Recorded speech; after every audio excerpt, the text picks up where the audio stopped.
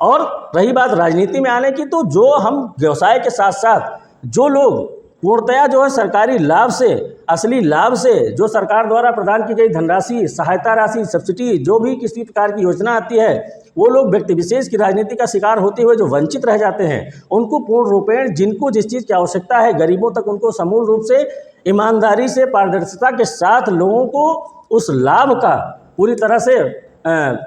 फ़ायदा हो, उस लाभ तक उनको पहुंचाना है। तो फिर स्वयं की राजनीति में आना, और स्वयं जब हम राजनीति में आएंगे और स्वयं हमें उस प्रकार का कोई अवसर अगर हमारी जनता गांव की प्रदान करेगी, तो हम उनको ज़्यादा से ज़्यादा अपने तरीके से बेहतर तरीके से समझ सकेंगे और अपनी ग्राम पंचायत का पूर्ण रूपेण जो है लोगों को जो है हम लाभ से और ज़्यादा लाभान्वित कर सकेंगे। सत्येंद्र जी, अगर समय बदला और आपको गजपतिपुर ग्राम सभा की सेवा करने का अवसर मिला, तो आप गजपतिपुर ग्राम सभा के युवाओं के लिए और महिलाओं के लिए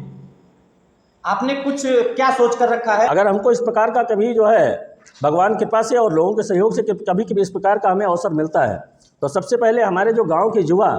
बेरोजगार हैं, इधर उधर घूम रहे हैं या अपनी रोजगार की तलाश में दर दर भटक रहे हैं, तमाम पढ़ाई लिखाई करके अपनी डिग्री ले करके इंटरव्यू दे रहे हैं, कहीं सरकारी फॉर्म भर रहे हैं, कहीं अपना जो है रोजगार के अवसर तलाश रहे हैं, उनको सही जानकारी नहीं मिल रही है, तो सबसे पहले हम उनको अपने ग्राम जो जिले का हमारा जो ग्राम मुख्यालय है, जो विकास भवन है, वहाँ से तमाम तरीके के जो है योजनाएं, तमाम तरीके की विकास की परियोजनाएं जो चल रही हैं, उनके द्वारा कार्यक्रम करवा करके गांव में नए नए कार्यक्रम करवा करके नई जो है एक जो कुल मिला के ये कह सकते हैं कि जो उनको सीखने और सिखाने की जो